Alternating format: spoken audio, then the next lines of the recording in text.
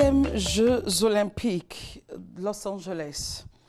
Il devient le premier médaillé olympique de Côte d'Ivoire et recordman d'Afrique. En 1986, deuxième consécration mondiale où il effectue 8 courses en moins de 45 secondes en améliorant 2 fois le record d'Afrique du 400 mètres en 44-32 et 44-30. Madame, Monsieur, bonsoir et bienvenue. Entre les lignes, nous sommes toujours à la bibliothèque centrale de l'université Félix Houphouët-Boigny à Cocody. Nous parlons d'un homme qui aura marqué et qui, je crois, encore longtemps marquera l'histoire du sport ivoirien, mais principalement l'athlétisme. Madame, Monsieur, pour ceux qui l'ont connu ou ceux qui ne l'ont pas connu, nous parlons ce soir de Gabriel Thiaco. Gabriel Thiaco, que le frère Valentin Joseph Sibon a bien voulu mettre par écrit sa relation personnelle avec l'homme et toutes les recherches qu'il a eu à faire. L'homme est frère de la communauté de Saint-Jean depuis 1999. Il est chargé de l'encadrement et de l'apostolat des enfants au couvent des frères d'Abidjan, situé à la Riviera Palmeraie. J'allais dire mon père, mais c'est plutôt frère. Oui, c'est plutôt frère. D'accord. Alors, frère, bonsoir. Bonsoir, madame. Et bienvenue. Merci. Je suis particulièrement touchée par l'ouvrage parce que, étant jeune, on l'a connu. Son départ a été pour nous comme une symphonie inachevée. Et là, vous nous dites, allons sur la piste de l'athlétisme et parlons de ce champion qu'a connu la Côte d'Ivoire. La foi chrétienne se reconnaît dans les valeurs morales qu'apporte le sport. Donc, il n'y a pas d'opposition qu'un religieux écrive sur le sport. Parce qu'en religion, on demande de persévérer dans la prière. Et à l'entraînement, dans le sport, on demande aussi de persévérer à l'entraînement pour avoir de bons résultats. Donc, je crois que ça ne s'oppose pas. Et Dieu se retrouve partout. D'accord. Et vous-même, vous pratiquez l'athlétisme? Oui, j'ai pratiqué l'athlétisme en amateur à l'époque de Thiaco, parce que je voulais devenir comme lui. Donc, j'ai commencé en 6e. Quand Thiaco a pris la médaille, il m'a tellement impressionné. Et arrivé au lycée de Dabou, j'ai continué aussi au lycée de Dabou. Mais il faut dire que le sport, Dieu s'est servi du sport pour m'appeler à la vie religieuse. Parce qu'en fait, dans la vie religieuse, on demande aussi de la persévérance, le dépassement de soi, l'esprit de sacrifice. Et je pense que le sport m'a apporté quelque chose. Et ce que le sport m'a apporté, je le vis aussi dans ma vie religieuse. Donc, ça, c'est clair. Donc, ça ne rien n'est perdu. Rien n'est perdu. D'accord. Alors, parlons maintenant de l'homme, Thiaco, que vous avez connu personnellement. Si. Alors, pour nous, c'était le champion. Mais pour vous, que représente-t-il? Pour moi, Thiaco, c'est un modèle. Un modèle parce que Thiaco, il a des valeurs dont notre jeunesse a besoin actuellement. La patience, le goût du travail, l'humilité, le travail bien fait. Ça, c'est ce que Thiaco, moi, c'est ce que Thiaco m'a apporté. Alors, vous ne commencez pas votre histoire, votre récit par Gabriel lui-même. Si. Vous commencez par le cadre familial. Et on a même l'image de la photo du géniteur qui se nomme Dr Rémi Thiaco, médecin gynécologue, qui est là, voilà, le père de feu Gabriel Thiaco, lui-même qui n'est plus. Hein. Mais qui n'est plus, oui. D'accord. Alors, pourquoi vous commencez cette histoire par lui? Parce qu'en fait, Thiaco a des caractères. En fait, Thiaco a pris des caractères de son père. En fait, je voulais montrer que Thiaco, les valeurs qu'il a, il n'a pas pris ça ailleurs. Il a pris ça de son père. Donc, je voulais montrer un peu comment aussi son père aussi a lutté pour être un cadre de la Côte d'Ivoire. Et comment il a inculqué ça à son fils. Et il est parti très tôt. Oui, il est parti très tôt. En fait, Thiaco, il a perdu son père à l'âge de 11 ans. Je pense qu'il est décédé dans les années 74. Oui. Ça a marqué la vie de ce champion. Oui, ça a bouleversé parce qu'en fait, son papa, très jeune, les a amenés en France. Ils sont partis en France à l'âge de 9 ans. Chez leur sœur l'aînée, Julie Thiaco, qui était déjà là-bas, pharmacienne, qui faisait des études de pharmacie. Et 2 ans plus tard, le papa va décéder à Abidjan. Et là, ça les a bouleversés. Mais heureusement, le moment a pris le relais. Et justement, et elle a encadré les enfants. Et cet encadrement, on ne saurait jamais dire assez merci à la mère parce qu'elle a inculqué certaines valeurs à son fils. Il n'a pas été champion par hasard. Non. Parce qu'elle a bien encadré, c'est-à-dire qu'elle a poursuivi ce que le papa avait déjà commencé. Voilà. Et elle a bien encadré et ça a permis à Thiaco d'évoluer rapidement en France et après de se retrouver aux États-Unis. Et il y avait la mère, mais il y avait aussi les frères et sœurs. Oui, il y avait les frères et sœurs parce qu'il y avait son frère aîné, Lambert Thiaco, ils avaient commencé l'athlétisme ensemble. Et progressivement, lui, il avait arrêté, mais Tiakou a continué. Mais il était soutenu par tous ses frères et sœurs. Oui. Que nous saluons ce soir parce qu'on sait qu'il regarde l'émission. Oui, si. Alors, commençons par, directement, comme on n'a pas assez de temps, par la découverte de la passion. C'est vrai qu'on commence à courir. Je pense qu'à cette époque-là, à l'école, on faisait un peu de tout. Bon, on faisait l'OASU, c'était à l'époque. L'OASU, donc il y a des vocations qui sont nées. Mais comment savoir que c'est là où je dois... Qu'est-ce qui s'est passé pour qu'il sache que, attention, c'est ni dans le karaté, ni dans le foot, mais c'est là, c'est sur la piste que ma voix se trouve. Ah, vous parlez de Tiakou, hein? Oui, Tiakou, toujours. En fait, Tiakou, il s'est essayé à tous les sports. Hein. Oui, justement. Ouais, il s'est essayé à tous les sports. Alors, quel est le déclic pour qu'il arrive ainsi à décider que, attention, il faut que je reste au niveau de l'athlétisme? En fait, il était encadré par un entraîneur, Pascal Zavaroni, son entraîneur personnel qu'il a pris très tôt, en junior. Et il a remarqué que Tiakou avait des qualités. Ouais, il avait des qualités de sprinteur. D'abord, il s'est essayé aux 200 mètres. Ça n'a pas très bien marché. Et il a essayé le 400 mètres. Et Pascal a vu que là, Tiakou, il pouvait aller très vite au 400 mètres. Et c'est comme ça, il a forgé Tiakou au 400 mètres. Et ça allait très vite. Et ça allait très vite pourquoi un jour, toute la Côte d'Ivoire jubile de joie. Je me rappelle comme si c'était hier, on était tout petit. Oui. Toute la Côte d'Ivoire jubile de joie parce qu'on nous a dit, ah, il y a un Ivoirien qui a été le premier médaillé. Ah, c'est qui? Il s'appelle Gabriel Tiakou. Ah bon, ah bon. Alors, vous l'avez connu personnellement. Oui. Vous me disiez en off que vous étiez surpris de savoir qu'il vous a reçu sans rendez-vous, ouais, sans protocole et tout. Cette victoire, avant de la coucher sur papier, racontez-nous un peu comment est-ce que vous l'avez vécue. Oui, moi personnellement, à l'époque, je l'ai regardé à la télévision. Oui. Parce que la course se courait à 16h aux États-Unis. Ici, il était déjà 23h. Il était un peu très tard. Donc on était à la télévision, on nous a passé Tiakou en fait, qu'est-ce qui m'a fait que j'ai assisté à la finale? Parce qu'il était premier de toutes ces séries. Là, il m'a impressionné de voir un Ivoirien qui... Un Africain. Voilà, ouais, qui est toujours premier de sa série. Alors qu'on a l'habitude de voir les Américains, les Américains. Et je me suis dit que celui-là... Il peut faire mouche. Il peut faire mouche. Donc à la finale, on l'attendait. Et là, pendant la course, je voyais Tiakou, quoi. Mais en fait, il n'a même pas fini la course. Mais moi, je pensais qu'il était premier parce que je n'avais pas bien vu. Je pensais qu'il était premier, mais malheureusement, bon, il a terminé deuxième, mais c'était très serré. Mais il faut dire qu'on a vécu la course avec beaucoup de passion, quoi. Et on l'attendait à l'aéroport. Mais j'étais tellement content. Et je me suis dit... Et la Côte d'Ivoire, ce jour, s'est rassemblée. Oui, c'est rassemblée. Parce qu'il y avait du monde à l'aéroport. À l'aéroport, mais voilà. Il a eu un accueil national. Moi, ce qui m'a marqué à l'aéroport, c'est que Tiakou, quand il descendait les marches du coupé, il n'est même pas arrivé au sol. On l'a soulevé. Il n'a même pas eu le pied au sol. On l'a soulevé. Et on l'a conduit jusqu'au salon d'honneur. Là, ça m'a beaucoup touché, quoi. Et ça montre que les Ivoiriens étaient vraiment fiers de lui, quoi. Et déjà à cette époque, on avait déjà des champions et ça avait suscité des passions. Oui, ça a suscité beaucoup de passion, beaucoup de passion. Et moi, ce qui m'a plu, c'est qu'on l'a mis aussi dans un commande-car de l'aéroport jusqu'au palais des sports, comme un chef d'État. Vraiment, Tiakou même était dépassé par l'ampleur de l'événement. Lui-même, il est un peu timide, mais il était vraiment dépassé, quoi. On imagine un peu la joie de sa famille à ce moment précis. Oui, si. D'accord. Alors, vous l'avez connu personnellement, vous l'avez pratiqué.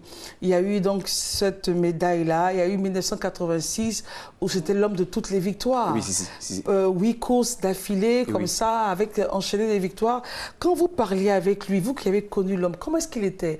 Était-il quelqu'un de... comme certains sportifs, hein, avait-il la grosse tête? Était-il homme de caractère après toutes ces victoires? Il a quand même reçu les honneurs de la nation. Si. Il était connu. Comment était-il après toutes ces victoires? Tiakou d'abord était très humble, il n'avait pas la grosse tête. Parce que moi, le premier jour où je suis allé le rencontrer, c'était en 85, il était venu pour le meeting de la ville d'Abidjan. Oui. Et quand je partais le voir, j'ai dit à mes parents, mon papa dit, mais Tiakou ne te connaît pas, il ne peut pas te recevoir. Mes soeurs me disent, mais Tiakou ne te connaît pas, il ne peut pas te recevoir. Et vous êtes parti où? Il résidait à un hôtel, bon, je n'ai pas dit le nom, c'était à Makori. Okay. Et mon papa m'a payé quand même le transport. Il a dit, il faut partir quand même. Mais personne ne savait que Tiakou allait me recevoir. Moi-même, je me suis dit, bon, c'est quelque chose, je vais essayer. Déjà, vous aviez la foi à cette époque. Voilà, j'avais la foi. Donc, je vais d'abord au Safo Boigny pour me renseigner où Tiakou logeait. Et il m'a donné tous les renseignements. Et je suis allé à Makori. Et quand je suis arrivé à l'hôtel où il résidait, la dame m'a demandé, est-ce que vous avez rendez-vous avec Tiakou? Je n'ai pas de rendez-vous, mais je suis un passionné, je l'aime tellement que je veux le rencontrer. Elle dit, bon, attendez, je vais l'appeler. Elle prend le téléphone, elle l'appelle directement de sa chambre. Et Tiakou, au téléphone, lui dit, fais-le asseoir, j'arrive. Et la dame me fait asseoir. Moi, je me suis dépassé. Parce que j'allais dire que Tiakou, elle a dit, bon, c'est un enfant. C'est un enfant, il faut qu'il retourne, quoi. Et Tiako descend. Et quand je le vois descendre, c'est comme si c'était un rêve. Je n'en revenais pas. Jusqu'à il m'a touché même pour me... Il a senti que j'étais un peu perdu, quoi. Wow. Et là, il s'assoit et puis il me salue, il dit, jeune homme, c'est vous qui voulez me voir? Il dit oui, oui. Et puis je lui ai dit pourquoi je voulais le voir. J'ai dit, ouais, je suis tellement passionné de vous. Et j'avais un poster que je lui ai montré. Il a vu que vraiment j'étais... Et là, il m'a encouragé parce que je lui ai dit que je voulais devenir comme lui. Il m'a dit, oui, c'est une belle initiative, mais il va m'aider. Et là, il m'a dit comment faire. Parce qu'il m'a dit qu'il faut beaucoup de courage. Beaucoup de travail derrière. Et il m'a encouragé. Et après cette rencontre-là, d'abord même, ce qui m'a impressionné, c'est que sur place, il a essayé d'appeler le ministère Union-le-Bas pour décaler le rendez-vous qu'il avait avec lui. Wow. Pour dire qu'il serait un peu en retard. C'est-à-dire qu'il décale un rendez-vous pour un jeune de 13 ans, 14 ans, ça m'a marqué. Avec un ministre. Ça m'a marqué. Ça m'a beaucoup marqué, quoi.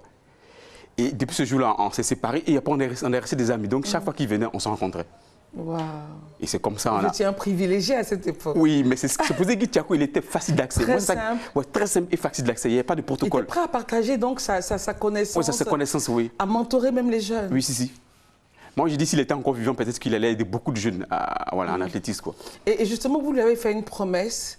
Voilà, c'est donc de faire une biographie, sa biographie. Parce que 2 ans plus tard, c'est-à-dire en 87, quand on s'est rencontrés, je lui ai dit que je voulais écrire un livre sur lui, pour tout ce qu'il a fait, pour le pays, pour le monde entier. Il m'a dit c'est une bonne idée, mais d'attendre qu'elle va entrer définitivement, on va s'asseoir pour écrire. Mais ensemble. Mais j'avais déjà commencé. Donc il n'y avait pas de souci. Il dit d'accord, il n'y a pas de problème. Et malheureusement, en 92, Tiako décède. Principalement le 3 avril. Le 3 avril, dans la nuit du 2 au 3 avril.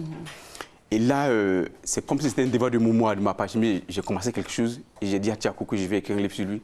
Je ne vais pas m'arrêter là, il faut que j'aille jusqu'au bout. Et ça n'a pas de cela maintenant qu'avec tous les deux, parce que ce qui était bien, c'est que toutes les revues qui parlaient de Tiako, moi j'ai acheté pour garder. Donc vous avez de quoi écrire, vous avez de la matière. Oui, il y avait de la matière. Mais après, il y a certaines matières qui me manquaient parce que je n'avais rien de son enfance, comme il a fait pour arriver là. Et là, je suis obligé de rentrer en contact avec ses parents, notamment sa maman, ses frères et sœurs. Et comment ils ont réagi? Ah, ils ont bien réagi. En fait, ils ont bien réagi parce que pour eux, un religieux qui écrit sur leur enfant, ils ont bien réagi, ils étaient très disponibles. Et en 2006, j'étais en France pour des études. J'ai profité pour rencontrer aussi les frères de Tiako en France. Ils m'ont bien reçu en France. Et là, j'ai eu des renseignements aussi sur son enfance. Et sa sœur Julie, qui a la pharmacie aussi, m'a donné beaucoup de renseignements sur leur père et sur l'enfance de Tiako. Donc tout ça m'a permis de faire un document qui est là maintenant. Voilà. Et c'est tout à votre honneur. Pour ceux qui viennent à peine d'ouvrir leur poste récepteur, nous sommes en train de parler de ce grand champion qu'a connu la Côte d'Ivoire, Feu Gabriel Tiako, écrit par deux frères Valentin, Joseph Siban, ici présent. Alors, il a passé quand même, c'est vrai, il y a eu des grands hommes, comme on le dit si bien, ont toujours des hauts, mais il y a toujours des bas. Oui. Et lorsqu'il y a eu des bas, Gabriel Tiako n'a pas recouru au dopage, surtout dans le domaine du sport. Oui, ça c'est très intéressant. Ça. Et il était même un acteur très, très actif de lutte contre le dopage. C'est cela, oui. En fait, Tiako, il y a eu 2 années de passage à vide. Et tout le monde disait même que Tiako était fini. Et ça, c'est des moments où, généralement, les sponsors ou bien ceux qui connaissent la telle essayent de lui proposer des choses. Proposer des choses pour qu'il soit... se relancer. Ouais. Mais Tiako a refusé tout ça pour rester dans la ligne droite. Parce qu'il avait un idéal, rester dans la ligne droite, et il a accepté... L'intégrité. Voilà, l'intégrité. Et il a accepté d'être humilié pendant 2 ans. Wow. Voilà. Mais tout en étant contre le dopage. Et en 89, Tiako revient sur la scène mondiale, avec encore d'autres lauriers, pour montrer que dans le sport, il faut être patient. Et dans la vie en général, voilà, il y a une leçon qu'on doit tirer de cela. Oui. C'est-à-dire dans la vie, on a toujours des hauts et des bas. Il faut accepter souvent aussi de descendre et de revenir. Parlons un peu de... Et ça, c'est vraiment avec beaucoup de peine de sa disparition. Ah oui. Nous avons vécu son départ, bien que nous ne l'ayons pas connu, de façon très, très douloureuse et difficile. Parce qu'on perdait quelque chose. Oui. Voilà. Et c'est arrivé... Il y a quelque chose, comme je le dis tout à l'heure, une symphonie inachevée. C'est ça, oui. Voilà, tous ces jeunes pousses, tous l'athlétisme qui commençait à être développé dans les quartiers. Dans les quartiers, oui. Je me rappelle très bien dans les quartiers. Ça, c'est grâce à M. Haroun Charles que j'ai remercié ici. Exactement. L'OHU également, on se disait, au niveau du sport, on peut aller loin. C'est cela, oui. Et puis, il part. Comment est-ce que vous, personnellement, vous vivez ce départ? Et comment est-ce que vous apprenez même ça? Moi, il faut dire que le départ, même, c'était en avril. Et c'était un ami de classe qui est venu me dire, après avoir écouté le journal de 19h30, Il m'a dit, Valentin, ton idole est décédé. Il dit, arrête tes poissons d'avril là. Pour moi, c'était un poisson d'avril. Évidemment, parce qu'on était juste oui, j'ai dit, mais il dit, arrête. Il dit, c'est pas un poisson d'avril. Si tu veux, tu vas suivre le journal de 20h et tu verras l'information. Bon, par curiosité, je suis parti au journal de 20h et c'était ce qui était à la une de l'actualité. Gabriel Thiakou ne fera plus le tour de piste. Là, j'étais effondré. La phrase vous a marqué? Oui, la phrase m'a effondré. Le journaliste a dit, Gabriel Thiakou ne fera plus le tour de piste. Et là, j'étais complètement effondré, je ne comprenais rien. Et après, on rentre dans les thèmes, mais j'étais un peu dépassé. Quoi. Il dit, mais c'est pas possible. Et là, vraiment, j'étais vraiment dépassé, quoi, parce qu'en fait, j'avais des projets avec lui, on s'était dit des choses. Des choses à faire. Des choses à faire. J'ai dit, mais qu'est-ce qui se passe? Et 2 jours après, je me suis retrouvé à Abidjan pour avoir les renseignements sur comment va se dérouler ses obsèques. Voilà. Mais j'étais vraiment peiné, quoi, peiné. Là, je n'en revenais pas, quoi. Parce qu'à 29 ans, parti comme ça. Justement, très tôt, 29 ans, c'est 29 ans. Il s'apprêtait même à courir les 25e Jeux Olympiques à Barcelone. Et là, c'était dur, parce que c'était dur. Bon, on a prié Dieu pour son repos de là, mais vraiment, c'était pas facile. Et vous vous êtes dit, il est parti, il faut que j'écrive. Voilà, là maintenant... Là, c'était devenu comme une obligation. Voilà, c'était un devoir de mémoire, parce que lui et moi, on s'était entendus. Donc, je me suis dit que là, je ne peux pas m'arrêter là. Il faut que j'aille jusqu'au bout. Et là, j'ai commencé à réunir tous mes documents et à voir comment j'allais rencontrer après la famille Thiakou. Mais ce qui est sûr, c'est que je suis parti d'abord en religion. Je suis parti pour ma formation religieuse au Cameroun. Mais ça vous a consolé aussi. Oui, ça m'a consolé. Et après, c'est mon retour du Cameroun que j'ai vraiment commencé à écrire le reste des pages. Et nous allons recevoir maintenant le docteur Tidou.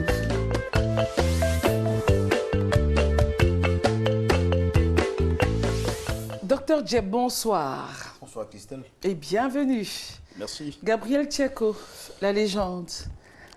Évidemment, vous l'avez connu. Absolument. Si on ne l'a pas connu, on a au moins eu vent de cette histoire qui traverse toutes les générations en Côte d'Ivoire. Gabriel Thiakou, c'est quand même une légende, comme le dit frère Valentin Joseph, à sa manière. Et on est content de voir ce genre de livre.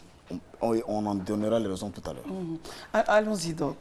Alors, frère, bonjour. Bonjour. Alors, j'ai été tout de suite séduit et étonné à la fois par le nom de l'auteur, frère Valentin Joseph Siban.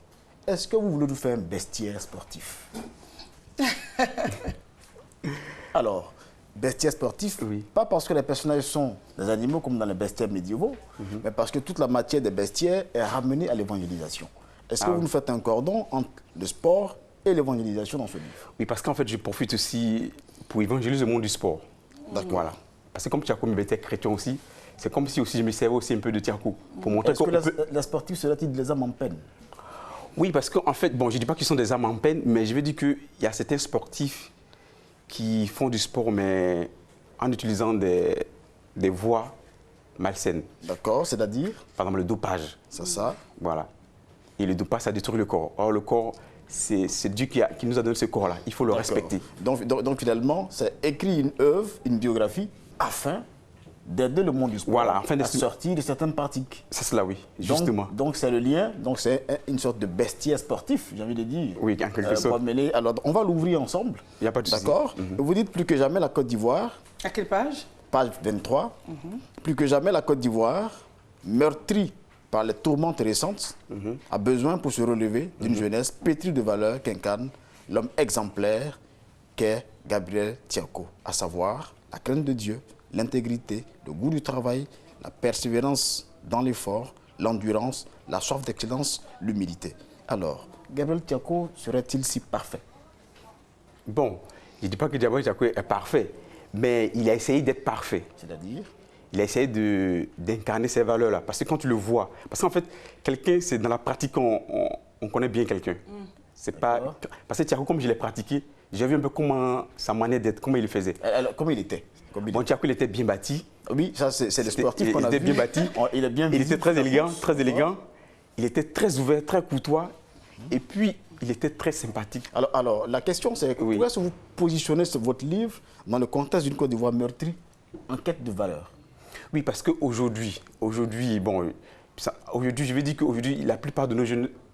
Est-ce qu'il y a une déliquescence complète de la jeunesse?